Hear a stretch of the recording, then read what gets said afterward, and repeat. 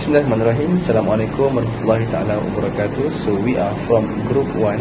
We'll present about topic 1, which is ethics and ethical reasoning. And group 1 consists of 3 members, which is the first one is Muhammad Idhafi bin Yusoff, Muhammad Putra bin Kamaruddin, and me myself, Nick bin Asri. So inshallah we start the presentation. So the first one is why we study ethics. So we study ethics. First thing first is to make decisions. So ethics help us to make a good decision. Ethics help us to produce good argument that provide reasonable support for our opinion about practical topics. So what is the definition of ethics? Ethics is come from the word Greek word, which is ethos, that meaning custom or habit. Ethics differs from morals and morality. In the ethics denotes the theory of right action and greater good, while morals indicate their practice. Ethics is also a branch of philosophy dealing with values relating to moral conduct, with respect to the rightness and wrongness of certain action and to the goodness and badness of the motives and end of such action. So ethics is help us to make decision at the right or wrong. So if we study ethics well, so we can make a good decision. If we are not an ethical person, so we will make many mistakes in our action. For example, a counselor have their own codes of ethics. So if they share their clients' privacy to other person or other people, so that means they are not an ethical person, because in code of ethics of counselor, they can't break the confidentiality between them and the clients. So next is definition of moral. Moral come from word Latin, which is mos or custom. The meaning is custom. The principle, the definition of moral is a principle that concern with or derived from a code of behavior that is considered right or acceptable in a particular society. So it's come from the acceptable behavior in that society. So that means if you do something that cannot accept by the society, that's not a moral. Okay, so acceptable, you must highlight the word acceptable behavior in a particular society. Okay, so next is the differences between morals and ethics. So what are they? Ethics is the rule of conduct. Rules of conduct recognized in respect to a particular class of human actions or a particular group or culture. While moral is principles or habit with respect to right or wrong conduct, while morals also prescribe do's and don'ts. Morality is ultimately a personal compass of right and wrong. Next, what do they come from? Ethics come from social system, while moral come from individual, ourselves. So ethics come from our environment, our workplace, our people around us, our workplace, the ethical that exists at our workplace. For example, ethical as a doctors, ethical as a teachers, and morals come from ourselves. Morals basically akhlak. Akhlak we develop it by ourselves. Origin, the difference between the origin. Ethics come from Greek word ethos, and while the moral come from Latin word, which is mos. And acceptability, in terms of acceptability, ethics are governed by professional and legal guidelines within a particular time and place, while morality transcends cultural norm. In terms of flexibility, ethics are dependent on others for definition. They tend to be consistent within a certain context, but can vary between contexts, while moral usually consistent, although can change if an individual's belief change. So because of ethics come from the social system, so it will affected by the social, and while moral is affected by if we change our belief, so it also will affect our moral. Next, we move to the definition of religion. What is religion? Religion is agama ad-din. Okay, a set of belief, feelings, dogmas, and practice that define the relation between human being and scope of divinity. Ethics and religion. Both ethics and religion sometimes be regarded as mutual. Diverse religions always treat their belief and the best one among the others to be applied. All religions have their own way to preserving the ethics of their own followers. Religion provides knowledge of self, God, and work to purify inner being of human in order to conduct acceptable ethical. So, ethics and religion are related each other because a religion have their own ways or their own guidelines to keep, to preserve their followers to be an ethical person. Next is what the difference between ethics and religion. Ethics is the decision making tools by human, while religion concerned with interference of God. Because religions come from God, some for Islam we have Allah, and other religion have their own God. Next, ethics determined based on needs of the individual, while religion is an unchangeable set of moral codes. So religion cannot change their moral codes. In Islam, if this is considered as haram, so it is haram, you cannot change it. While ethics, if that is if the ethical codes is not suitable anymore, so we must change it.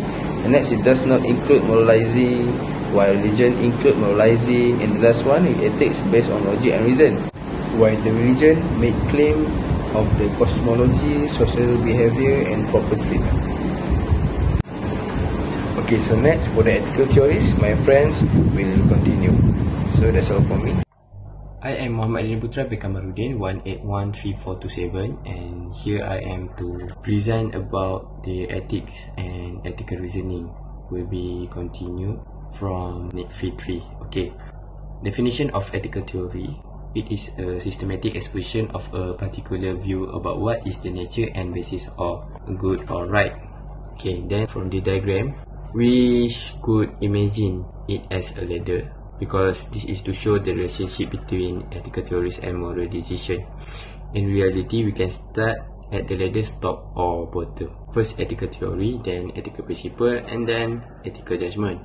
Okay, there are types of ethical theories which come up with 4 branches of ethics. The first one is normative ethics or prescriptive ethics. The second one is meta ethics. The third one is descriptive ethics.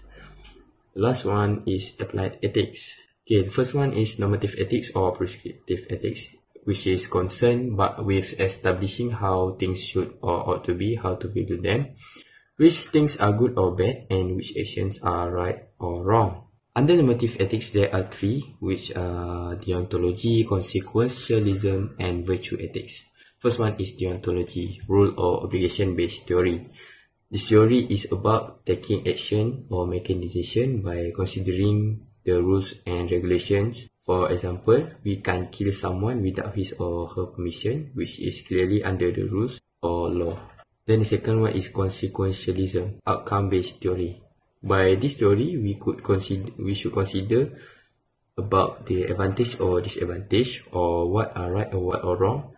For example, it given that you should save the life of as many people as possible, even if that means others die. And then the third one is virtue ethics. It is a character-based theory, which means we are doing role acting with honesty. The example given are whatever the action, what does it say about you? What is the intention or benefits? The second one is meta ethics under the normative or prescriptive. The ethics is concerned primarily with the meaning of ethical judgments and seeks to understand the nature of ethical properties, statements, attitudes, and judgments, and how they may be supported or defended.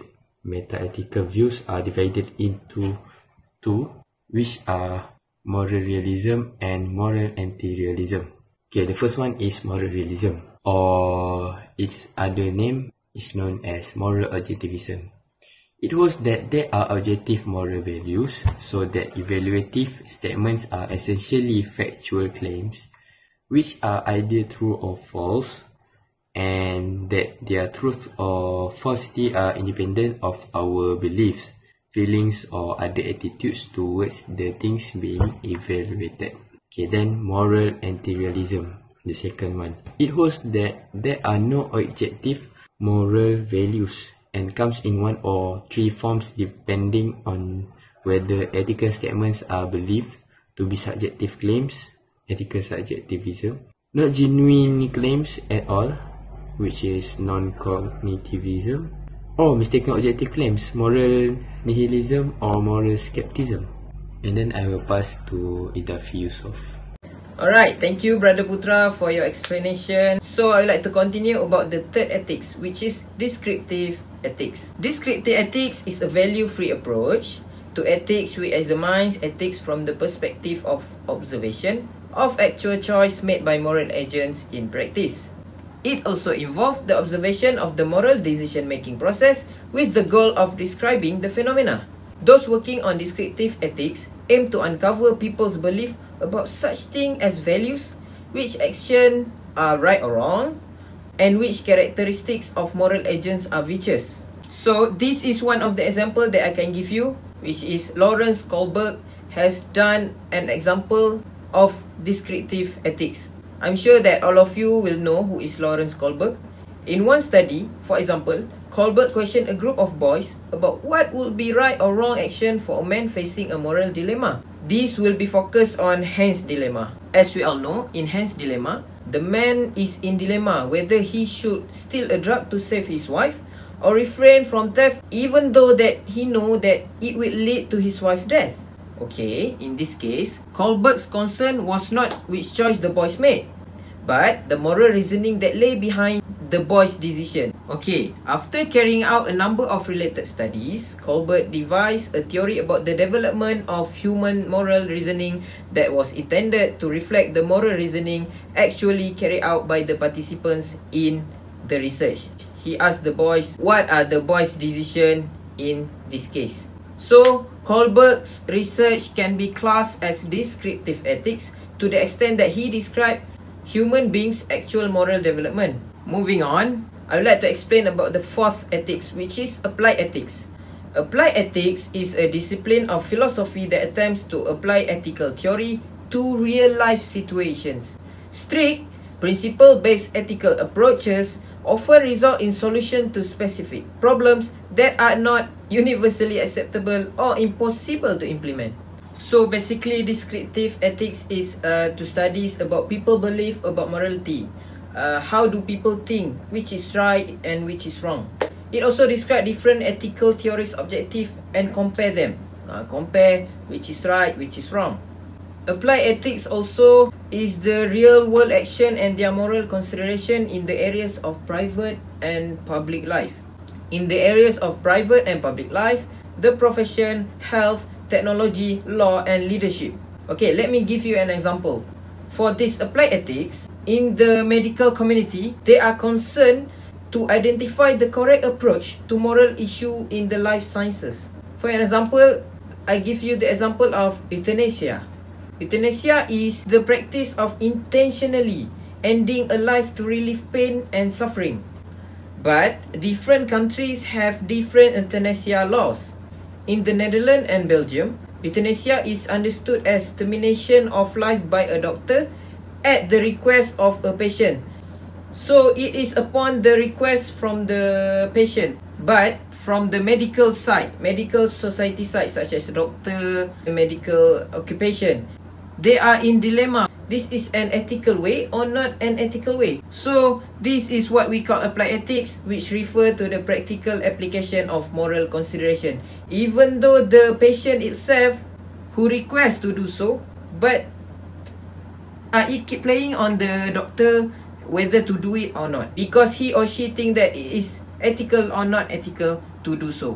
So next, I would like to give you an example, the second example, which I will talk about environmental ethics. In environmental ethics, it is concerned with the ecological issues such as who are responsible, whether the government or the corporation, to clean up the pollution. So these are the ethics that are playing around, whether the corporation or the government to clean up the pollution. Alright, I think that's all from us. Thank you for lending us your ears. Until next time, Assalamualaikum warahmatullahi wabarakatuh.